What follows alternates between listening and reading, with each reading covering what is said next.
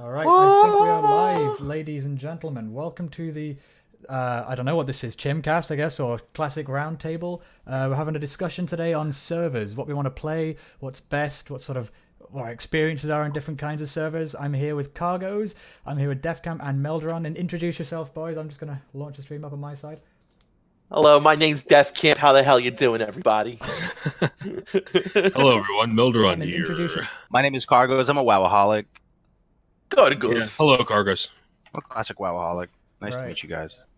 Yeah, I think I've got the stream up on my side thing. I have the comments here if anyone pops in. So we're all ready to go. Okay, so guys, what are our experiences? I guess starting with Melderon. Oh no, starting with Kargoz. He's left, and we're reading left to right in his language. So Kargoz, what are your experiences in different servers? What do you choose? What is the Kargoz choice of server type? I have only played PvP servers. Only Ever. I've only ever played PvP servers. Except, okay, there's a chance that my first character ever, like that original Tauren, I probably didn't even know what was going on with servers, so I think I just chose the recommended one. That one might have been normal. I'm not sure, but pretty much other than that, I've played PvP. But what I will say, Chimly, as a youth, I didn't really appreciate or understand this RP that we were talking about, like, you know, Dungeons and Dragons and stuff. Like, I never really played that growing up, and I never was really into it when I was younger. But as I'm getting some hairs on my chest, and over the years, like, you know, playing this game so much and having this community, I'm actually growing much more interested in that stuff. And you know, through watching stuff like Melderon's videos where he's in the forest talking about the different races and stuff like that, and all the lore, it makes me even more interested, and I want to maybe try D&D out. And you know, I've been very interested for months now on potentially playing on an RP PvP server. I will just say that. That's interesting. It's sort of the opposite of me. But okay, so Melderon, what about you? I also, like Kargoz, and never played on anything other than a PvP server. However, I will say that the older I get, the more I'm intrigued by the idea of playing on an RP server, because I feel that, this could just be me, I feel that there is a more mature audience in these servers. I could be wrong. Older people, perhaps. Maybe that have kids or kind of want to delve into things in a different way. Now, I would never go RP PvE personally. I would definitely go RP PvP, but that's a discussion for, like, I think a little later. But I'm open to the idea, let's put it that way, of playing on different servers. And Defcamp? So yeah, personally, I myself have only played on PvP servers. I have dabbled a little bit on some RP PvP servers on retail, though. I've only made like it was during a time where I had no account, so, you know, or you could log in and play up like level 20. I dabbled here. I wanted to see what the whole Moonlade thing was about, and saw people having fun inside the inn in Goldshire, and that was very interesting. So I have dabbled here and there, and guys, I gotta say, for one, I love PvP servers, and I think in order to have that experience that I've had in the game, it has to be on a PvP server. But like Melderon said, as I've been getting older, I've been really interested in the RP aspect of the game. I myself like to have you know, a little bit of a backstory for my character, things like that, and I really would like to at least try playing on an RP PvP server. And I think it would be very important that we have that option come Classic WoW. I completely agree. And just before I talk about my experience, can we give a round of applause to Kargoz dual wielding those coffees there? That is McCafe to a size I don't think we even have in the UK. Like, how big are those things? That's like proper Americana right there. I think that's a cafe. Yeah, that is what, 24 ounce? 24. What is that in real money? I don't even know. But they're huge. We cannot hear you, Kargoz. Yeah, your mic's dead, man. You are mute. There you go. You know what, man? I don't know, dude. It's just the big boy size. This is the American size right here. But and you got two big boys. Is that for your friend? Or two big boys. You're gonna just no, down just for me. Just for me. I stay quite caffeinated throughout the course of the day. I'd be on the ceiling if I had that. You know, if it's either Coors Light or it's some kind of coffee, man. That's it's just like to stay hydrated. High quality hydration from high quality hydration. He's got his consumables, all right. He's done his Yeah. Yes. Coors Light says McDonald's coffee. Where's my iPad, dude? I literally walk around throughout the day like this. Let me grab my iPad, dude. I walk around like I swear I bring my iPad around with me, and I just walk around with a coffee and like this, and people think I'm crazy in society. You are so basic. You know that? I know, dude. I really am streets here. You are a basic girl. I am a basic bitch. My favorite season, Defcamp. What's my favorite season, Defcamp? Pumpkin Spice Fall, Oh my baby. God. That's Exactly. right. Sweater weather. He You lives know in the Southern little California. He doesn't even have an autumn autumn, leaves. right? You know, You've been living in California too long, man. I just man, want to point out. Uggs, dude, and Look yoga what pants. said. What did he say? So He funny. said Melderon just wants to RP as a 20-year-old Fabio. he wants that beautiful, luscious You got me, hair. Discipio. You got me, brother. You definitely got me there. All right, so I think Keith Smith in the chat says +2 to Jittery. I think, you know, that mob in Duskwood, Jitters, that is now Kargoz, I'm saying. But my experience with servers is a artifact of my experience in WoW in general, in that I basically, because I started quite young, I was very young when it launched, I basically just made loads and loads of alts and explored the stories of the starting areas a lot. That really fascinated me, because I'd get to level 20 or not even, like 15 on a troll or whatever, and think, oh, that was amazing. And there's like X number of other races to choose from, so I always explore in the different realms. But because of that, I never got to level cap. I never got any investment or very good characters, and so all of my friends, who I got a bit bullied at school, so I had to move around in friends and all that, so I kept going to their server to try and like catch up to these friends and I never did. So it's kind of sad, but I've played on all kinds of servers apart from maybe PvE. Maybe I've done a little bit of PvE, but my main experience is on PvP servers. But now I'm a bit dimmer than the rest of you guys. All right, I'll just turn that up on my side. Thank you. That's an understatement. Hey, that's me. That's me. He's way smarter than all of us combined. Actually, exactly the opposite. All right, let me I'm know the if that's any dimmest bulb in better. this shit. I think that sounds good. In fact, I'll also rip headphones users. Okay, I'm just moving it to close to myself. Yeah, but my main experience is on PvP servers, I suppose. But we just going back to what we said previously, like you were saying that PvP, I think Defcamp said PvP is the natural choice in terms of servers. That's the most common kind. I agree. For me, at least, yeah. Yeah, and I think for most people, but not for the classic developers, because this is something I can't remember which interview, John Stats maybe, I heard this, but basically they weren't going to have a PvP initially. And there was one of the team that was like super into PvP, and in MMOs in general at the time, they thought of it as very toxic and it would lead to bad experiences for people, which I guess is understandable. But the one guy figured out, oh, okay, maybe we can do PvP servers and maybe it won't be horrible. And eventually it came to become like the standard, okay, if you want to play World of Warcraft, it's not World of Cuddles Craft, it's, Warcraft. Right. So playing a PvP server. But originally, the reason it's not called PvE server, it's called normal servers, is because that's what they expected the default to be. But Wow. That's so interesting, though. the pre-release version of WoW in their heads is very different to what we have now come to understand as the default. Which is really interesting when you think about it, considering it is the World of Warcraft, right? But Early Bird, who's a patron and a friend of the channel, said, remember the first word is world. And it's not, so world is a very important part of it too. And Warcraft is admittedly, but you remember coming from an RTS where, potentially most of I'm not saying all, but a lot of the experiences through single player. You can of course play multiplayer, but you're usually on the same team. You could play PvP, of course. You can play against each other.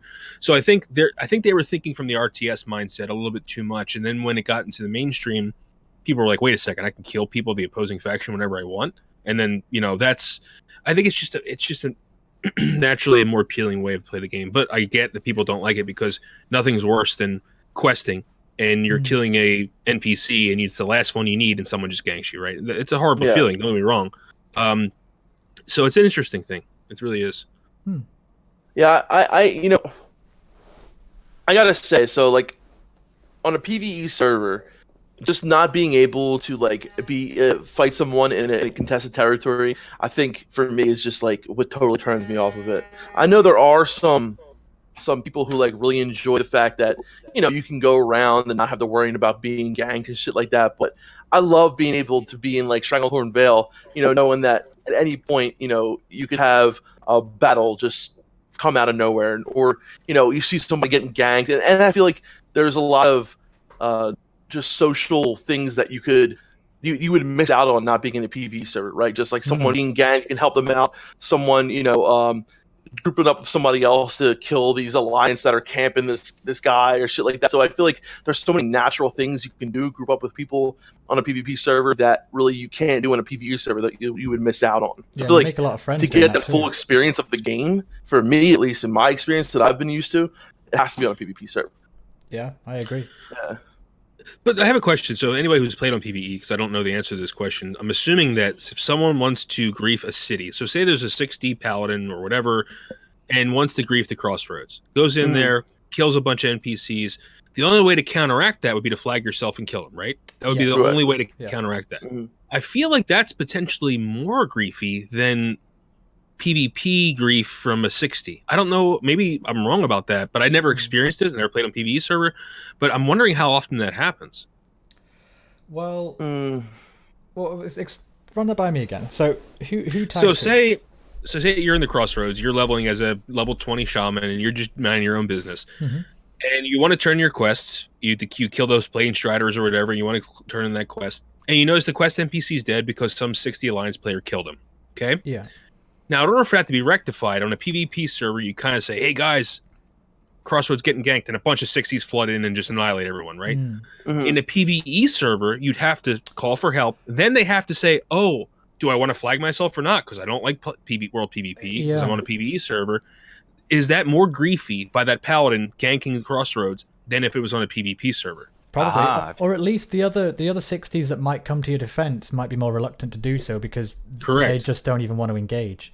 That is Yeah. definitely possible. So if That's you what are I'm a saying, PvPer, yeah. you're just gonna take over. One thing I'm wondering about is what is the rank 14 PvP system like on a normal server? Non-existent. Battlegrounds. I mean, battlegrounds, dude. You know. Yeah.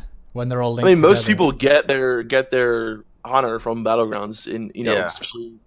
Once, But I mean, do they have thriving pre-mades and stuff? Like, It are might people just be Oh, like I two feel like guys, you know, one Okay. guy You think so? on each side. No, You they just do. keep- Like, I have talked to people on PvE servers who play on PvE servers who have said to me, when it comes to battlegrounds, like they're just as big as they are on PvP servers. Maybe a little bit less. Maybe a lot more people are more oriented into doing raiding and shit like that. But Hmm. on PvE servers, there are people that do pre-mades, people that want to get their rank 14 gear, stuff like that. It's just a lot of those people don't like to be worried about being ganked while they're questing, while doing their shit in the world. Yeah. They'd rather do their PvP in battlegrounds. yeah, That's fair no, enough. that makes sense. For streamers, Yeah. yeah, I understand rolling on a PvE server if you're a streamer. I am not going to because, well, thankfully I'm a little bit too small to have to worry about that for now. Asmongold, Yeah. I think he basically can't roll on a PvP server if he ever wants to leave Stormwind. That it's just not going to work for him. Unless he has a team of 10 Is Guardians. it easier to get rank 14 and to do the rank 14 grind on a normal server? It's got to be, right? Probably because Less you gotta competition. think about it. It's less competition, right? Because it's hard. It's harder when there's more people going for it, right? Because you have to get. Hmm. It's all relative to how many people and how many people are on it, get that week, that kind of thing. So if less people are doing it, I'm sure. Like if you can find like a low pop PvE server, I'm sure you can get rank 14 in like half the effort you could on a higher population PvP server. Here's a point that's actually quite interesting that came to my head. We can't have server transfers for that very reason. Because, just as people could transfer and do Anchorage event, when that was the thing that happened in retail when they opened fresh servers. What if you do get like a little guild team together, everyone transfers to some shitty small population PvE server, and they're all like decked out in like rank 10 gear or whatever, and Dude, they that's a rush good themselves point. up. Yeah. That's cheesing the system. That is a good point. Maybe because like once you get that gear, you have it, right? So Yeah. that's a really good point. I didn't even think about that. I have a weird question. So, historically, at least in my opinion, all the top guilds that are PvE progression guilds, PvE, not PvP, seem to be on PvP servers. I could be wrong. Tell me if I'm wrong right now before I go on with this. You would expect, and that's probably because of population size. But Yeah. you would expect that a really hardcore PvE rate guild would want to go on a PvE server. One, because the server's focused on PvE, but two, you get all your world buffs. If world buffs are a thing in Classic, let's just say buffs are in general, you don't have to worry about people ganking you outside of raids, right? That's a good point. So I'm wondering why that is and if that's going to change, because I feel like all the top guilds are on PvP servers, regardless of the PvP focused or PvE focused, and I wonder why that is. well, The population size is the only answer I can think of, but I guess because if you're a high-level raider, I think you enjoy Warcraft more than the average person. You're really into Warcraft, and you probably enjoy PvP as well. I think it's not It's not like, people who are driving cars, they are bloody cyclists. Well, yeah, cyclists also drive cars. It's I think it goes both ways. You're a high level raider, you're likely to also like a bit of world PvP too. But if you're a high level raider, you enjoy the game. And if you're playing a PvP server, that's the purest form of the game in my mind. If you're playing on a PvE server, you're playing a watered down version of Azeroth, and I can't imagine a hardcore raider would settle for something that is just a pale imitation of the real thing. Well, there's like this culture, right? There's this culture where it's almost like I don't know how to describe it, but there's a pressure to play PvP. You feel it all the time. People are always like, if you're not playing PvP, you're not having a true vanilla experience. You're not playing PvP. And I think that kind of further, kind of fulfills the prophecy of people playing PvP servers, because people feel like, they're going to be looked down upon if they don't choose another server type. So that's probably not a good thing for that to be a thing. But that, I don't know if that makes sense. But yeah. And the classic community is quite purist in some senses. All the no changes brigade. We have spent a long time trying to distill what's the perfect experience of this one perfect game, and I think the consensus is that PvP servers are the way to do it. So, going to what Eon said on stream recently, which, by the way, if you're going to talk about classic stuff, can you please let us know, because we don't watch the retail stream when they're doing the developer update. So that caught us completely off guard. I think I was live streaming at the time or something like that. But anyway, he mentioned that they're not going to put RP PvP servers into Classic. At least they don't expect that. It seemed like it wasn't something they'd put much thought into. It's like, oh yeah, we're probably not going to have them, because on retail, they're not very well populated now. But let's be honest, on retail, which servers are well populated? There's like a few. For example, on the RP PV. Oh gosh, no. Oh, that might have broken the strict. Okay, can you get rid of Dokken from the... Is it? Oh gosh. It happens, bro. It happens. Yeah, just here. Yeah, I don't know how to get rid of that. You have to remove him from the chat. Boot Dokken from the chat. But Dokken was meant to be on the stream, guys, so he got called into work, but it's fine. Yo, I have a question, guys. So people say streamers are gonna potentially ruin Classic WoW. I don't know if that's that dramatic. That might be a little bit dramatic, but people are wondering what's gonna happen with streamers on PvP servers and stuff. Like, it's gonna be crazy, right? And maybe it could. I don't know how it's gonna work. No one really knows how it's gonna work. Is it better for streamers? Do you think, from the community's perspective, is it better? Would the community want streamers to play on PvE servers so there's not this crazy imbalance, or what do you guys think? Do you think that's? I personally think it's very counter. You're actually hurting the game to promote people to play on a certain server, and I think it's. You need, even us. We're doing this to an extent, right? We're building a guild, but the thing is, I don't want to inflate servers because some popular guy's on there. It's not good for the game. It really isn't. And I think it's extremely selfish to do that. Well, it's very much changes too. Like, it's very changes. Those servers, absolutely. Those servers, and the great thing about WoW, right, is like you will be punished for going on those servers. It's going to suck leveling. There's going to be such a competition trying to get just your quests done. And also, I feel like, I mean, we all know it. Like it's not nothing against Asmongold, but there are a lot of toxic people that follow streamers and do shit like that. So I just feel like that server is going to be, if you want to play on that server, go ahead for it, man. But that is not the server for me. Like, the great thing about Vanilla WoW is servers kind of create their own story, their own, feel. And for the most part, I feel like that server will probably be a shitty place, at least for me, for what I want to be on. They will have a much different narrative, that's for sure. Much different narrative. Do you think, I don't know the answer to this. On a PvE server where you can't gank the streamer, like, openly, you can't gank them openly, what does that do? Like, so if Asmongold's playing on a PvP server, it's immersion breaking. Is there a ton of people that want to gank him, and maybe the factions balance out a little bit more?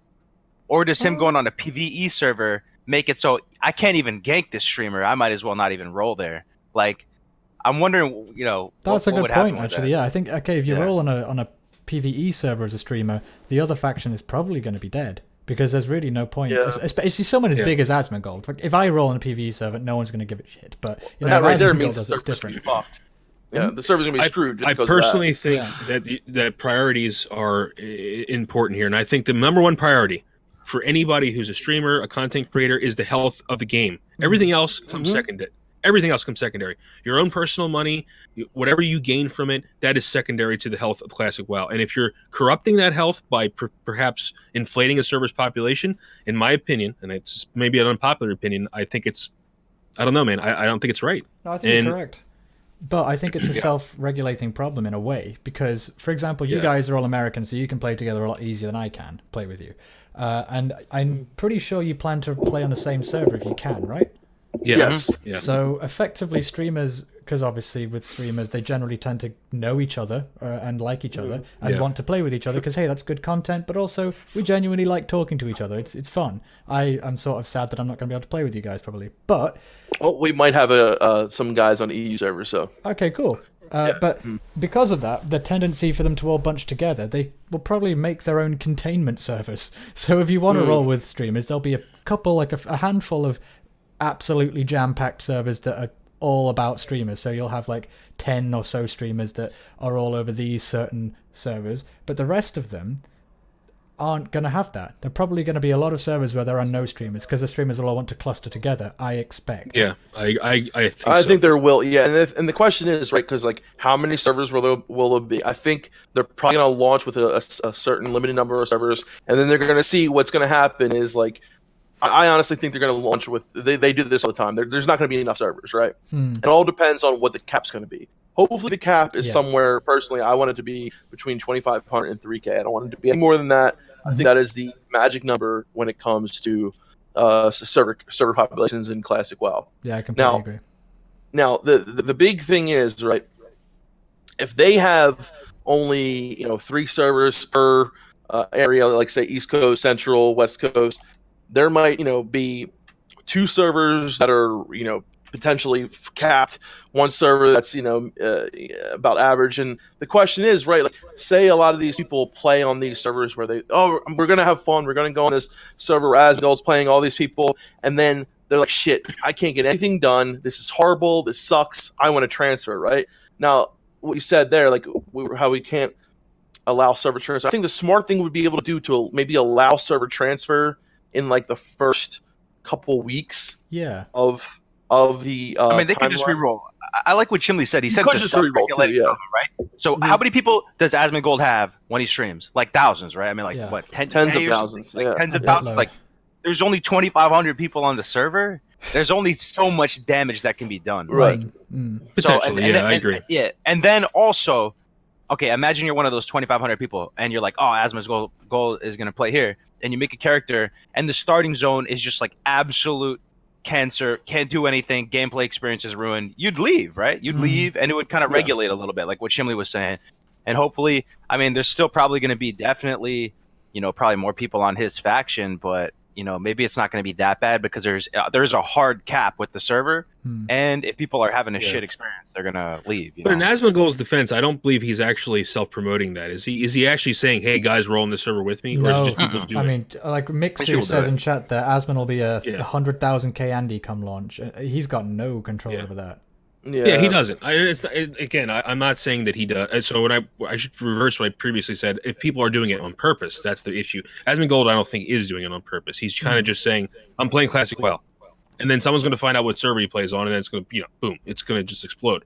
But someone made a really good point in chat. Is that you can grief in PvE servers as well, right? You can go mess with their mobs. That's bannable though. Those are bannable offenses. Oh, they are bannable. Yes, polymorphing people's mobs is bannable offenses. So I mean, hopefully there isn't right-click reporting, because that's nothing we got to talk about is right-click reporting. I think that's but that is something that you should message a GM about, and because people who do that kind of shit are, it happens on private servers, and like the GMs are there, like, if that happens, let us know, it's a bannable offense. They'll probably give them a warning, give them a 12-hour ban for something like that, and then we'll continue from there. But I think it's really important that we don't have right-click reporting. I mean, people are going to be doing that. You're going to have to go about it the way you normally would, contacting a GM under help, support, type in the name of the person, that kind of thing. But right-click reporting might be a quicker way to do that. But the fact of how, especially on these servers where people might not be used to vanilla, and how you're going to be fighting over nodes, you're going to be fighting over mobs, and somebody might be like, oh, this guy is an asshole and he stole my node while I was fighting these two guys. I'm going to right click report him. No, that's not how we do it in vanilla. In classic, the community, it basically polices itself, right? If this guy's a dick, we don't run with him. He's blacklisted from doing this. You shouldn't go right click reporting someone because they pissed you off. You're going to get pissed off a lot in a classic scenario, in a vanilla scenario. You're going to be ganked. You're going to get camped. You're going to be fighting for nodes and mobs. You're going to be getting ganked as you're running into doing dungeons and raids. It's going to happen a lot, way more than what you're used to on retail, because there's none of that on retail. Like, there's basically, if you were to run into the same person twice in natural world, it would be a miracle. And the fact that if someone camps you, that kind of thing, it really doesn't happen that much on retail. So the fact that all that kind of stuff can happen on classic, if someone's not used to that and right-click reporting is still in there, there's be a lot of people right-click report. And I think that's one thing that we have to push really hard, is to talk about how bad right-click reporting is. I personally don't think it's going to be that bad, man. People think it's the worst thing ever. I want to be enlightened right now. Honestly, I think it's horrible, Kargoz. Okay, so let me explain this to me. You guys have played other games, right? Chat, you guys have played other games? What, League of Legends, Dota, CSGO, you played other games, right? They all have some kind of report feature. If you right-click the guy, you can hit report, right? It's what you do with that report that's going to make it, potentially bad or not. So if Blizzard sets the bar way high, and you would need some obscene amount of reports for anything to happen, then what would be the issue there? A lot of times with these games, when you report someone, nothing even really happens to them. You just report them, and it's whatever. Depends on how many times they're reported and what. So it all depends on what the application is that they use, right? If say they have someone who's reported 10 times, no matter what, they get reported 10 times, they're banned for 12 hours or something. So like I that, saw right? a stream, Kargoz, that they were doing in retail. They were doing a random battleground, or maybe it was rated. I don't remember which one. And the opposing team said, "Hey, see that priest? That's their only healer. Everyone right-click report them." And the priest got dropped out of the RPG. So that was the same system they will use for classic. But why wouldn't they just set the bar way higher? Like, what? Okay, so right-click reporting, how is that the bad feature? Maybe it's the issue of how the GMs are going to evaluate it. Maybe right-click reporting is a feature. The problem is they don't want to hire evaluate. GMs to do Yeah. that. And the GMs are going to be doing the more important stuff, like we talked about, right? And the reason why they wanted loot trade in the first place, and thank God they took it away, is because they didn't want to have to hire people to deal with this bullshit. That so and so got this, and so many people complain about it, say, no, we don't want this in our game. This is going to cause a lot more issues. So they said, okay, now we're going to have people that are going to have to be here, and if something does happen, you're going to have to contact the GM. The whole thing is, when you have right-click reporting, you can hire less people, more money in Blizzard's pocket, and we all know Activision Blizzard likes to have more money in their pocket. And the issue isn't so much the fact of the right-click reporting; it's the fact that Vanilla WoW is a game. Like, other games might have shit that pisses you off, right? But Vanilla WoW is going to piss people off who aren't used to that or are used to retail a lot more. So a lot more people. Tough shit. That's what I'm saying, though. So It's going to happen. It seems like people. Okay, so the actual action of right-clicking a player frame and hitting report isn't necessarily the bad part, right? Because what if you did that and you're able to type out a big essay and a GM would evaluate? It's that they're setting the bar too low as far as what is banning people. Like, it's taking like 10 bans. But you can open up a ticket now and do it that way if you want to open up a ticket about a player. You know what I mean? Like that. But it takes That's some what I'm time. saying. Yeah. That's why I don't really get it. I mean, what if they set the bar at 1,000? What if it took 1,000 reports or something to happen to a guy? Then what about the one person who is griefing, and it's going to take him 1,000 reports, and then, you know what I mean? Then you'd have like a separate at that system point. for him, maybe you just do like a ticket or something like that. I don't know. Well, as long as the that's where it's ticket's read getting- by a person, because I think we're all YouTubers Right. here. Any of us would realize that algorithms are not infallible. And so if you've got a report system or a copyright claim system, all of this stuff that's done by algorithms, it's going to have a lot of false positives. So if at least if you had the right click reporting and it was read by a person and the person makes the decision, that's a lot better. I agree with Defcamp in that the essence of right click reporting is very against the nature of what Classic WoW is all about. It's like a game of stoicism in a way, and we need to have our general chat blacklist and say, hey, don't roll with any of these guys, they're assholes. Exactly. That I actually think that's quite a core part of Classic, because it's community self-regulation rather than teacher. It's none of that stuff. So we don't want hand-holding. We've all played on Voldemort servers, haven't we all? I mean, let's be honest. Mm-hmm. And there's no right-click reporting there, and the server polices itself just fine. Yeah. Yep. Yeah. Well, I mean, It does, I can't tell you how many times I've been in the dungeon. This happened not too long ago, where somebody tried to ninja the staff from ZF, and me and the priest left the group, and we were like, don't roll with these people, and I was watching their whole group trying to find another healer and DPS. For 2 hours, they've been spamming. Nobody wanted to group with them. That's the way it should be, right? Yeah. No My one wanted to personal group them. opinion is that classic WoW, that Blizzard should take the approach. If you don't like it, don't play it. Absolutely. And the whole thing about I just No, I was just gonna say the whole thing about right click. There's so many problems, so let's just not have it. Let's just get rid of the problem right there. Not have it. It wasn't in Classic. Classic is a game where a lot of people are gonna get angry. They're gonna get mad, and there's a lot of trolls where people are gonna be like, What if they had the same? Let's right click report as gold because it's funny. You know what I mean? That's So they going could to have happen. right click reporting. They just it would have to be the same system. You would right click report, and then a little screen would pop up, and you would type out whatever. Yeah, sure. But Yeah, that's issue. That would basically be a the help ticket. menu. You just might as. What's the difference? Going I guess in the it help just menu and triggers putting it because the That's name a of it is quality of called life right update, click man. reporting. Like it's called right click reporting. So I think. to Or myself, let's just what's say wrong with reporting right in click? general. Yeah. Right. Like Well, automated reporting. Automated Yeah, reporting that's is better. basically clicking a button saying, okay, report this person. It gives you like 5 things. Okay, what? Reporting for being AFK in the battleground, reporting for abuse, this and that. No, you should. If someone is griefing you or doing something like that, you should have to write. Okay, this person did this, did that. Explain it. Okay, he's doing this, and then the GM will contact you. Should go there, watch the person, see if they're doing it. I know it takes long, but when that person does get punished for polymorphing that mob over and over and over again, it's gonna, when he gets banned, it's gonna deter him from doing it again. And I don't know. It just seems like why It have this seems whole useless. system Why in even place? have it? Well, Right? I think Because in order to understand it, you need to go back to the base cause of it all. And it's the same thing with the loot trading stuff that we've recently got changed. So if you asked me about this a couple of weeks ago, I'd probably be quite pessimistic about the whole thing. But because they've actually acquiesced and said, okay, we're going to change the loot trading thing. We get it. You guys are right. We don't want to screw up the game. So, no loot trading in 5-mans. The reason they made that change was because they wanted to save on customer support staff, and I actually did a video on this. The beginning of John Statz's WoW Diary book. It's like the first paragraph. He says that the single biggest expenditure in all of Classic WoW was customer support staff, which is bloody crazy when you think, like, what are you talking about? That's the single biggest cost. You made a whole game for years. So craziness. But as a result of that, they wanted to cut all the support staff costs in vanilla, obviously. And these two problems are as part of that. They've now said, okay, we're going to change the loot trading. I think there's actually a good chance that they might listen to us if we make a big enough noise about the right-click reporting. Because, yeah, you can spam streamers. That's terrible. But it would eventually get sorted out. Like, I just think Asmongold it would needs a new eventually get name. unbanned. Well, it doesn't need a Right new click name. reporting maybe. is like confusing to me. I'm like, Well, so automated reporting. People don't like Yeah. automated. Automated reporting. Yeah. Yeah. Taking Automated. action based on automated, That's not whatever, classic. you know what That I mean? just is They so wanna- against It the isn't. spirit of It classic. wasn't in the game then, and Yeah. there was more customer support people arguably then, but it's Classic WoW is a self-correcting system. I Yeah, really think and- it is, Yeah. and that's why it's such a good game.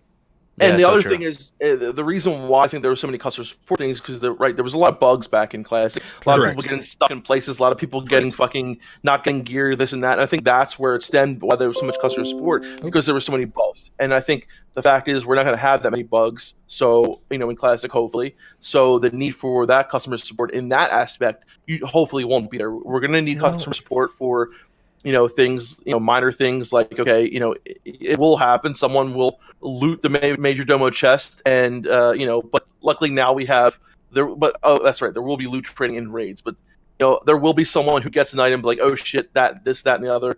There's going to be things where people hit people up, GMs, but You know what? it's a lot better having someone to be able to talk to and listen to you and say, oh, I see the problem. Let me check it out for you and fix it rather than just putting an automated message in there.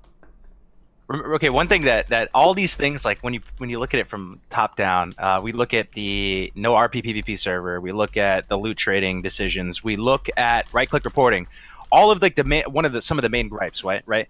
And you think about the decision making from Blizzard, it seems kind of clear that they want to put this game on kind of life support maintenance. Like they want to think big picture, and I think that they're underestimating Classic, guys. What do you guys think, chat? You think they're underestimating Classic because they're already thinking like, yeah, we'll have some automated reporting system. Like we don't have to hire any people. This game is going to fizzle out. This game, they're not going above and beyond potentially to have all the customer support features. And to me, it seems like they're just trying to it's symptomatic of them feeling that the game is not that big of a deal. I don't know, but we'll I see. think you're right. Yeah, I think they're going to wildly underestimate this, but they can't do that for very long. They'll at least see the numbers because, like someone said earlier, Asmongold is going to have 100,000 people watching him, and they're not all going to be able to get into his server, but they're all going to want to play along at the same time, I'm sure.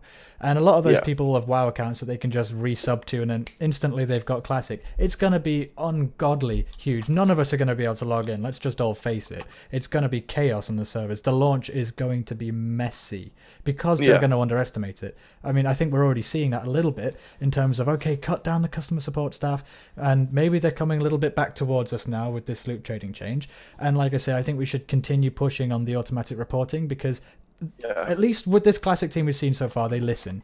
They genuinely seem to listen to us. Which it feels good, right? I feel spoiled, it's man. Refreshing, isn't it? No, I feel it the way it should be. Actually, Don't mind if I do. How it should be. It feels like Classic. It Yeah. feels like old school WoW. It feels does. like that Key and Peele sketch for the Continental Breakfast. Like it's like some yeah. breakfast, and he's like, "Ooh, Belgian waffles? Oh, I will. Don't mind if I do." Like it's such like a 5-minute blue post from some community manager, and we're all like, "Oh, thank you! Like, how nice of you."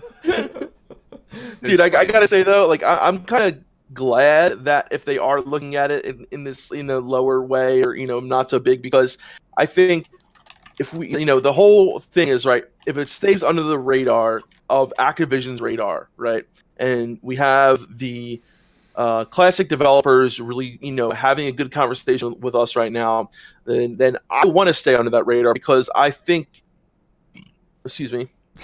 Activision has bigger fish to fry, right? They're looking at the newer IPs, the bigger games, Warcraft 3 Reforged, and Classic WoW. I think they see it as we can there could be some money made off of it, but we have bigger fish to fry. Let's keep it what they're going to do, and I feel like in this aspect right now where we have this conversation with the blue posts and things like that, it really feels like that old Blizzard a little bit, and.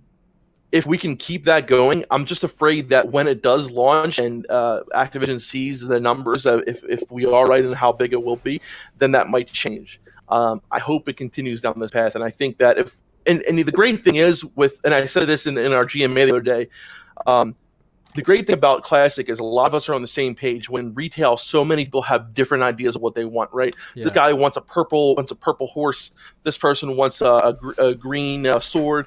This person wants to be able to wear lipstick on their character. This person wants to be able to change their friggin' eye color.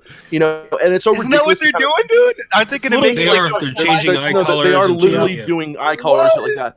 But and then you have people who are like, oh, we don't want Titan Forging, we don't want this. And there's people who do want Titan Forging. There's like so many different groups of people who want different things. When the Classic community is very together on a lot of things, right? And I think we send a very clear message to Blizzard and say, listen, we don't want this. We don't want this. We do want this. We do want this. And that is the big difference that we have between the retail community. And I think that's why they can have these conversations with us, because in a huge way, a lot of us are on the same page. And I think that's amazing. That says a lot about the Classic community. That says a lot about where this game can go and the conversation we can have with Blizzard going down the line. Yeah, Defcamp, would you rather have right-click reporting, or would you rather have the functionality to get your eyebrows did in game? Oh, eyebrows did, absolutely, girl. I can't get. You would take it. Well, you would take eyebrows. Okay. Going on from what Defcamp just said, your character's like. We have this united front as a Classic WoW community, and we all basically our voices are much louder because we're all saying the same thing. All of that.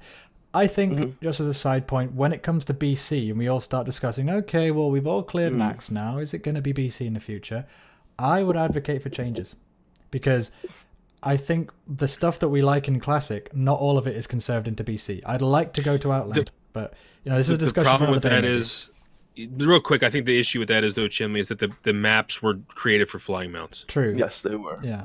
And they would have to totally redo the maps. I agree with you. I think flying mounts killed more PvP, even more than Battlegrounds did. But I think that it is essentially really hard to do. Yeah. Well, isn't it interesting that I didn't say what changes I wanted, and yet you knew? Yeah. Oh, I think I saw it in a previous comment somewhere. That's why. You're right. Yeah, that's a really good point. No, honestly, I want I want the Burning Crusade to be exactly like it was, because of course, there were things in Classic that weren't perfect, but I would want to see them change. I know the auction house is a fucking mess in Classic. I know that the mail is hard. It's one thing at a time, my God, but that's the worst. I would much rather, and I think some of these things will be different because that's what they're talking about, the mail system, or whatever. But I'd much rather deal with it the way it was, knowing that there won't be any changes. So in the Burning Crusade, I love the Burning Crusade. I love a lot of things about it. I think characters, the amount of spells you had, the amount of things to do was like healing as Holy Priest was the most fun I've ever had in the entire interim of Warcraft in the Burning Crusade. There are a lot of things that were, the flying mount thing, like I said, but in order to change that, you have to change so much. There's actual dungeons and raids that you need flying mount to get up to. There's places that you can farm with flying mounts and all this, that, and the other. But the fact is, right, there's not going to be ever a time, I think, where we're going to get everything we wanted. There's going to be a give or take. There's going to be something. So the best case scenario for me is to make it as much as it was then, because it was great. The Burning Crusade was amazing. I, really hope they can do something with that, down the line, because I would love to see. Here's a lot of things. I did a poll on stream a few days ago, and I was asking people about horizontal. What is it called? Defcamp horizontal change. Horizontal. All right. So I was expecting the chat to come together and rally and be like, "Fuck that! Like no horizontal changes. Like no changes." Right? 80% of people wanted horizontal changes instead of TBC. Oh, that was the struggle. I asked, "Do you guys want TBC?" Or do you want horizontal changes to Classic? So content past 1.5? Post-next content that's horizontal. That literally shocked me. I don't even want that personally, but that was like what 80% of people wanted. And it's not like I'm like it's a non-starter for me. I think that there would be a possibility to do it in some sort of high-quality way. The main point of contention I have, though, is like nobody trusts Activision at this point to do it right. Yeah. That's true. Their ability to execute on that original essence of the game is like, zero, dude. I don't know. That they've lost the trust from a lot of people. So this Classic team at least seems to actually get it. They seem really passionate about Classic, and apparently they watch our stuff. Maybe not my stuff, maybe not our stuff, but they at least watch some of the bigger guys that talk about Classic, which is pretty refreshing. I don't know if that's the same for the retail crowd, but I get what you mean about being a bit nervous about letting them just design another raid, because it's been so long since they've designed such old school, like they're pretty archaic raids, it's like a previous system of measurements. They don't even know how it works anymore, because modern raiding and old school raiding is just, they're completely different things. So yeah, it is a risky business, but I'm in favor of it, at least in theory. If we were able to get a raid that was in the same essence but only give cosmetic upgrades, then that's good with me. The thing is, right, is like, I was looking at my priest the other day, and you look at like gear that you get in MC. Where did Kargoz go? Get another coffee. And then you look at gear that you get right in like the scepter of the shifting sands, and then the gear that you get in Nax. The difference is so big, like the plus healings and things like that. That I just feel like they would have to make it a little bit better than Nax gear, but not too much, because the great thing about Classic is, right, while you're doing AQ, there's still people doing MC, there's still people doing VWL, still people doing ZG, still people doing AQ40 and all this. And when Nax comes out, there's still people doing all this. I love that. I love that all the raids stay relevant and this, that, and the other. Now, if you go another step further, would that continue to happen, where all those raids still be relevant?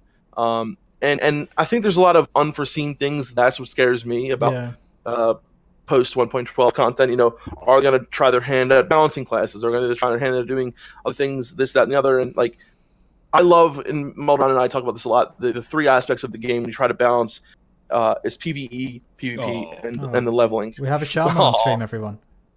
It's a ghost wolf. It's a wolfie, ghost wolf.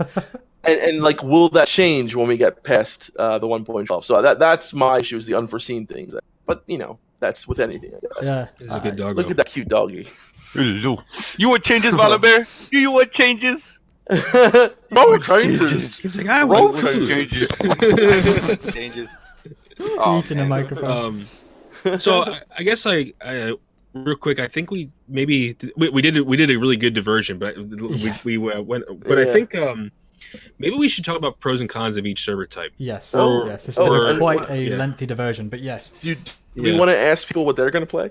Oh yeah, let's see what the chat likes. The straw poll meister has currently got a dog on his lap, but if you can whip up a straw poll for us, Kargoz, that'd be I can do it. great. I can do it. She's just so fluffy. Will he be able to link in the chat?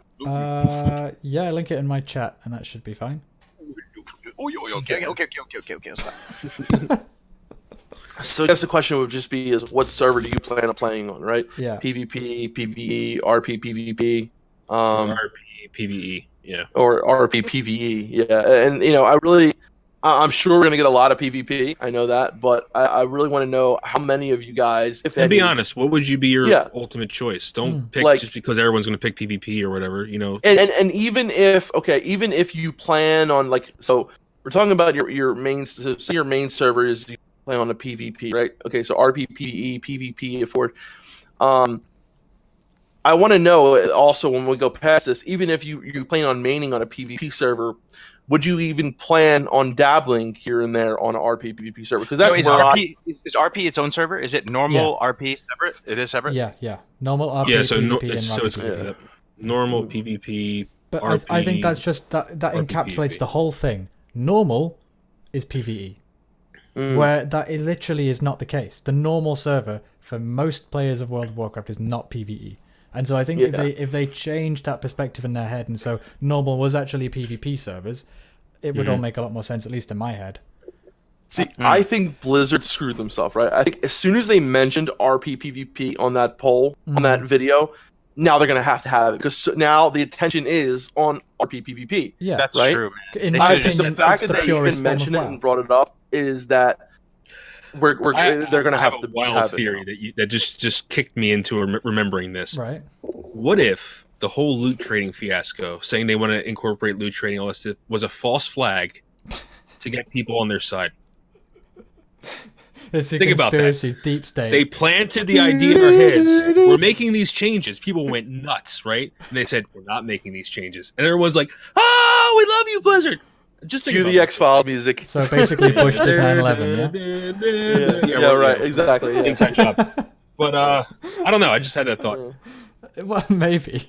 Because they're in a little bit of a dire straits when it comes to people liking them right now. Well, Dark yeah, the Seers. retail team are, but the Yeah. classic team, I am I think fanboy. Blizzard in general. Yeah. Activision Blizzard in general is having Yeah. some pretty poor. Kargoz, you're Yeah, I think your dog ate your connection. Right? Yeah. Look at him. He's like, what? No, you still can't hear No, I you. still can't hear you. Still You hear me getting now? Oh yeah, Yeah, I yeah. can hear you now. I said I had so much high quality content that I just shared over the last 3 minutes. Well, let's say it again. Say it again. Oh my god, dude! I don't know where to begin. It's over. It's over. Fuck it. Okay. Fuck it. I But just gave away the. That's right. I'm gonna say my very strongly held. By the way, I might have been knocking my microphone every time I smack my leg into my desk. I'm sorry, headphones users. But my completely 100% correct opinion is that RP PvP is the purest, most high IQ form of WoW. Because let's think about it. If you're playing World of Warcraft, what is it? Is it role playing?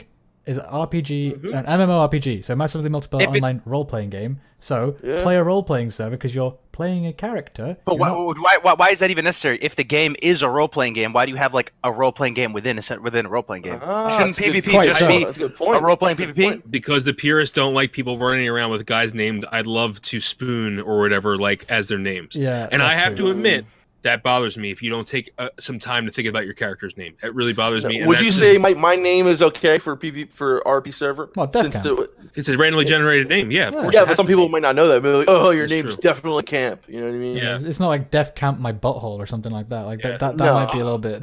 And I'll admit this My right virgin now. ears. Yeah, I'll admit this right now. I know a lot of people don't like this. When I see someone build a character and its name's like Bob, it does turn a little gear in my head. That's like, why would you do like it? Yeah. Just I mean, and I've done It that kills though. your Like, immersion. yeah, I've had Yeah. guys named Bob flag name triggers before. Melderon, dude. yeah. Bob, yeah, Bob. Yeah, Bob.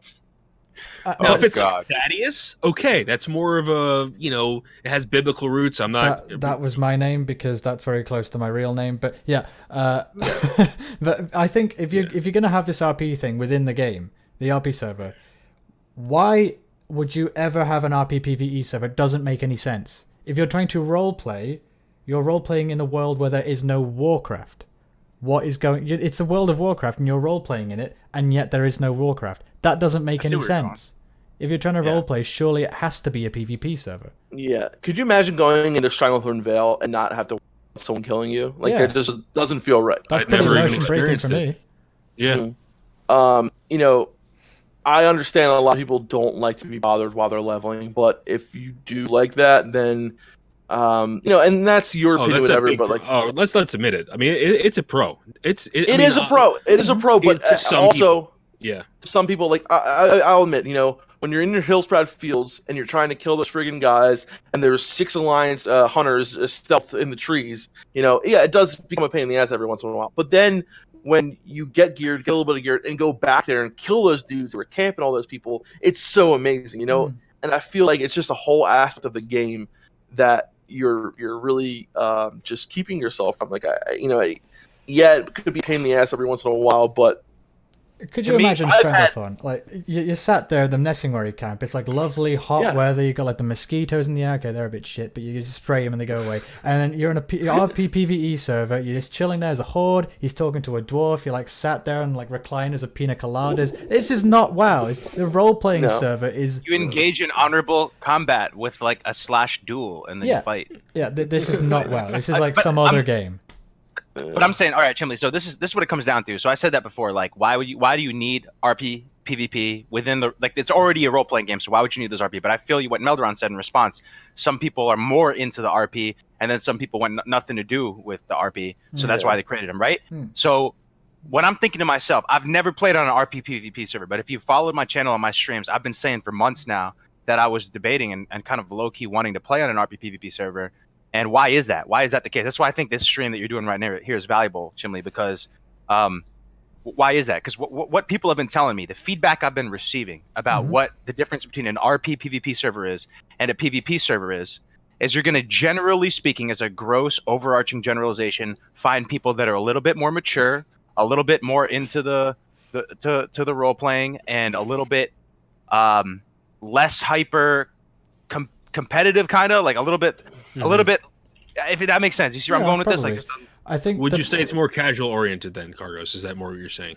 I would venture to say so. I don't think it's like a definitive rule, but I would think that people are just a little bit older, a little bit wiser. I mean, that's now we're getting.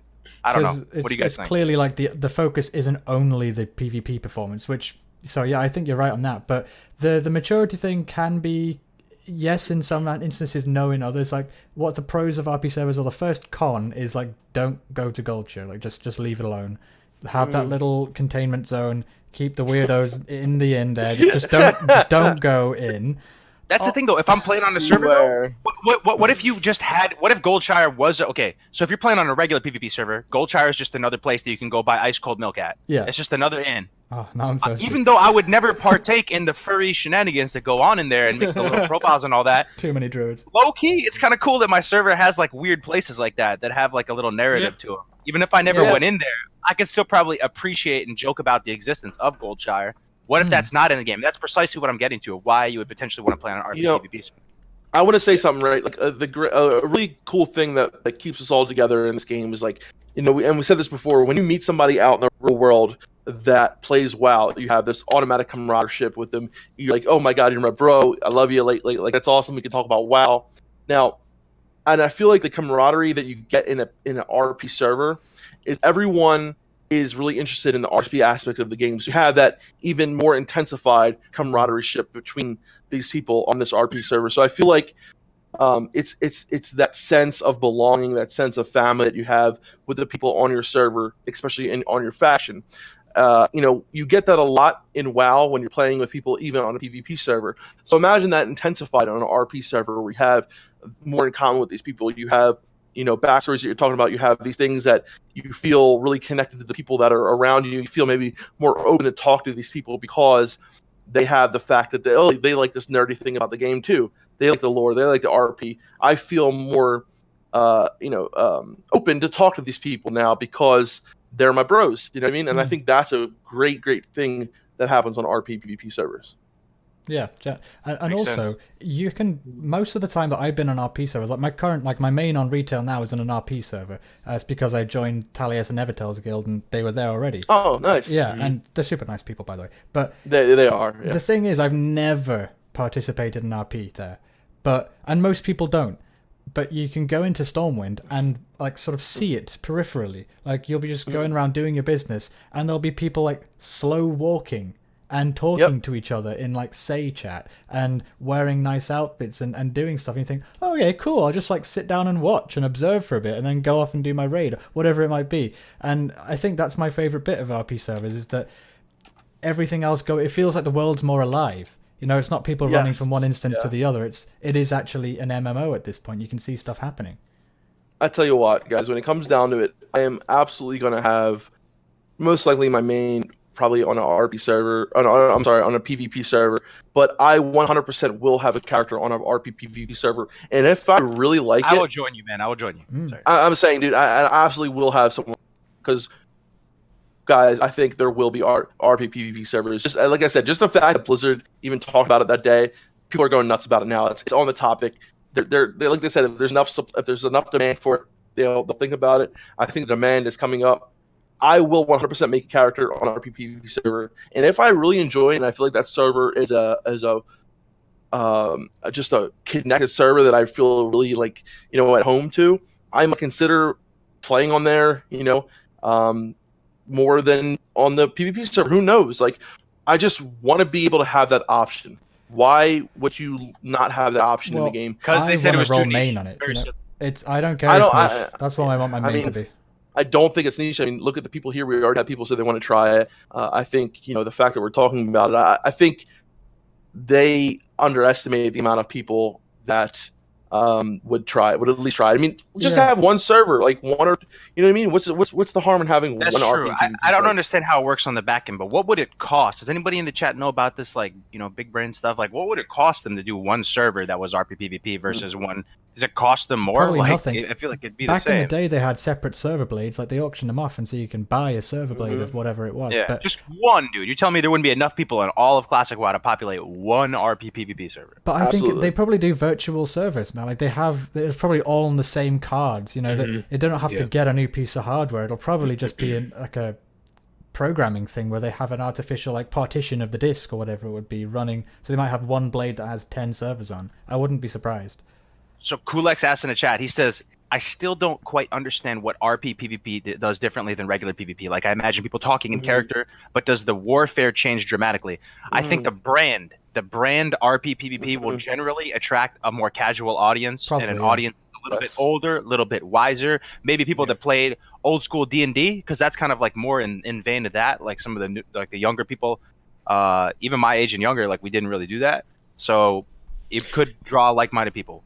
This is how I imagine it. It only happened one time to me in the entire time I've played WoW. Since Vanilla WoW, the years I've played, this only happened to me once.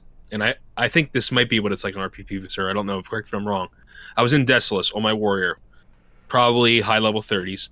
And I'll never forget it. A dwarf paladin ran up to me and kind of stood there in the battle formation. And I'm a horrible noob, right? So I was like, oh, what's this guy going to do? Is he going to kill me? Whatever. He / ready, which basically emotes like so-and-so is ready. Yeah. And he waited for me to actually get ready, and then we started fighting. He destroyed me, but he actually was fair fighting me. I say, good sir, prepare yourself. Yeah. Draw your sword.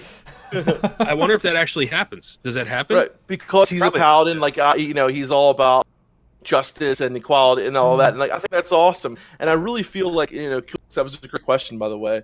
I really feel like the feel of the server will be a lot different than a regular PvP server. Like all those things Kargoz says, like all the things Chimley said, all the things Melderon said, you have different people really that are going to be drawn to this kind of server, and you have different things that are going to happen. Things like Melderon said, I feel like it just opens up a whole new aspect of the game for a lot of people. And the big thing is for me, like I said earlier, is that camaraderie that you have between these people who have these interests. You're going to have a lot of people who take certain things more important than they would on a regular PvP server. So people might be more into doing this RP event, and that's another thing is RP events. So there's a lot of RP events that they do on these RP servers. Say like, okay, guys, we're going to go up to Winter Spring, and we're going to have this event where the Horde and the Alliance are going to meet up. We're going to have this battle. I feel like people have the funeral. People have these RP events, and they're actually more important to these people than raiding is. Than doing this thing and doing that. So quick interjection here though. So Rain Ironwolf, he made a really good point. I think he's actually. I've been talking to him in my Discord for the past couple of days now. I think he's actually kind of into the RP stuff, and he was saying that he thinks RPers would stick to BFA, and I think that's a good point, man. Like BFA gives you way more tools, right? You're able to be able to do your eyebrows. You can literally take off weird pieces of gear. Like you can have all these different probably transmoggable items, transmoggable. Like it's honestly for RP, I would imagine it's night and day. If I was them, I'd be like, why would I want to do it in Classic? But in my opinion, if you're RPing in Classic, it's much more hardcore. You have to go get that more gear. Hardcore, and it's you so have much to closer wear to it. D&D. Do you know what I mean? You have to wear it, and you have to be like, oh, I'm wearing this gear. Like actually going out and buying a black tuxedo shirt or whatever. All these weird things you might need to, or making your gear match. You know how much money and time that's going to take to actually farm that gear. Well, so and that's the thing too. There are multiple different kinds of RPers, right? There might be RPers who care more about having transmog, having this, but then, like Melderon said, there's going to be these more, I think, maybe hardcore RPers, or you could argue just different RPers that want to have that D&D style more, where you really get to pick and choose like your character. You're a also real quick, Chimly, we forgot to tell you the polls in the chat if you wanted to post it. Oh yeah, is it? So you can pick and choose your spec. You can pick and choose your gear and make it look the way you want, and it's a lot more. Yeah, there might be more choice in BFA when it comes to those little aspects. You have so much control of your character in Classic to be able to do these smaller things, to be able to go out and have these options that you never. So there's like pros in BFA for the RPer for who likes the things like transmog and maybe collecting pets and shit like that. But there's also so much more you can do in Classic when it comes to. Also, I can take the game Classic more seriously than I could BFA, in the sense that the characters look more badass to me. The world looks a little bit darker to me. It looks. I would be able to immerse myself more in Classic WoW than in BFA if I'm seeing all these goofy models walking around and people. But could you post the poll, because if I do it on Discord, it'll make all our videos change. Yeah. So it's in this. Kargoz posted in Discord. The problem is we can't post it in the stream chat. Oh, you have to post you have to do it, Chimly. Yeah, unless you appoint me to be a moderator. Yeah, you have to appoint us to be moderator. How do I do that? Because if I do it, it's going to make the screens disappear, like the videos disappear. Oh, I see. Yeah. If you click on someone's name, I think, yeah. But I just want to say another big thing about the RP is, like, imagine being a paladin on the Alliance, and like in BFA anybody can be paladin on whatever server, but like being a paladin on the Alliance is so much more role inclusive than it would be on BFA, where any Horde or Alliance, or being a shaman of the Horde. Like having that thing, knowing that only Hordes can be shamans, like that right there alone is so much more, I feel like, important to my character, knowing that I'm a shaman of the Horde, than you could feel like it would be on BFA. Well, the whole game is so much more oriented towards role-playing, When I play BFA now, I'm trying to play it on stream and just go up through the leveling process and see what's different and all of that before the real game is out. And it's kind of immersion breaking because I feel so powerful and I'm killing mobs in like 2 hits. And for example, I rolled a druid and the main like wrath spell doesn't cost any mana. And I think, well, okay, that's sort of bizarre. That is strange. Yeah, that is strange. How does that work? And how does that cost no resources? Yeah, no, I was joking with chat saying it's like I'm not spending any mana. My banner bar is still full. It's like, oh wait, it actually doesn't cost anything. By the way, chat, that straw poll's in the chat. If you want to tell us your server preference, just click on the straw poll. Yeah, please do. You're raising a good point, Chimley. It's not like when you RP, and even if you're acting it out and doing RP, the gameplay is still a factor, right? It's not like it's completely irrelevant. So the fact that Classic's a better game mechanically and more fun and their abilities and all that, definitely, Yeah, you've gone slightly robotic there, Kargoz, by the way. Is that just me? Hello? Oh, you're lying a little bit. Oh, it's my side, isn't it? Yeah. I look great. Look at me. Cargo lag spike. I don't know who the lag spike is. Is it? I don't know if it's me, but you guys have gone a bit robotic. So I'm just going to drop the call and go back in. BRB 1 second.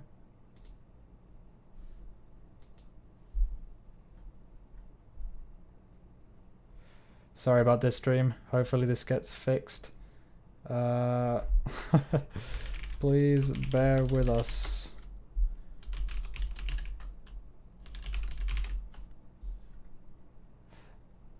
I generally don't have bad internet connection, so I don't know why this would be. But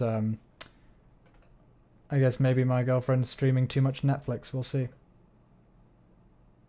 I have wired internet. I've got an Ethernet connection to my computer, so I don't know. The thing is, I live in a place where it's got like a bunch of university students, so at this time of night, literally everybody is watching Netflix. So there we go. We're back. There we go. As I was just we're saying, back. I've got a wired internet connection, Ethernet going into my computer right now, so I don't know what the problem is, but I have noticed that about this time of night, all the students, because I live in a really studenty area, they all start doing the Netflix and chill thing. And so the bandwidth just goes all the way down because they're streaming bloody Game of Thrones. Wow, the straw poll Guys, this straw poll results are wow. Okay, so second place, boys. second place. Okay, guys, we got to get this to Blizzard because holy shit. You know, maybe RP's I don't getting know. wrecked. Look at that, 4%, one vote. Blizzard's position is that it's too niche. But what I would say to Blizzard is, does it cost you anything? Do you honestly think there's not enough people to populate one RP PvP Well, their server? position Why is not, it's man? too niche in relation to retail. Like, that's what they're looking at. I think, oh, it's the same game. No, it's not the same game. It's a very different game, Blizz. Yes, very good point. Very good point. You know, and I think that I honestly think that RP PvP servers, at least one of them, you know, I mean, look right here. People would more likely play on an RP PvP server than an actual PvE server. Like that's a big thing right there. You know, I know Again, this the is sample a small, size is 68 people, so it's let's a small sample size. This is a small amount of but Oh, look at the PhD I'd over be there. really interested. Well, to put I'm this sorry. on- I had the statistics is something that I care about. I'd be really interested to put this on Reddit and see what we would get with it. Yeah. No, I think we should keep going with our small sample size just to trigger Melderon. I voted PvP too, Aphelion. But I was tempted. I am also tempted to try an RP PvP server as well. It's a And I gentleman's think choice. that maybe I'll do it on an alt. The problem is when you make it all on a different server, you can't funnel them golden bags, right? So that's the downside. To Yeah, but having- that's the fun as well. You're starting fresh, you know. that's true. Yeah, that's to be true. honest, funneling the whole golden bags thing sort of waters down the whole experience, doesn't it?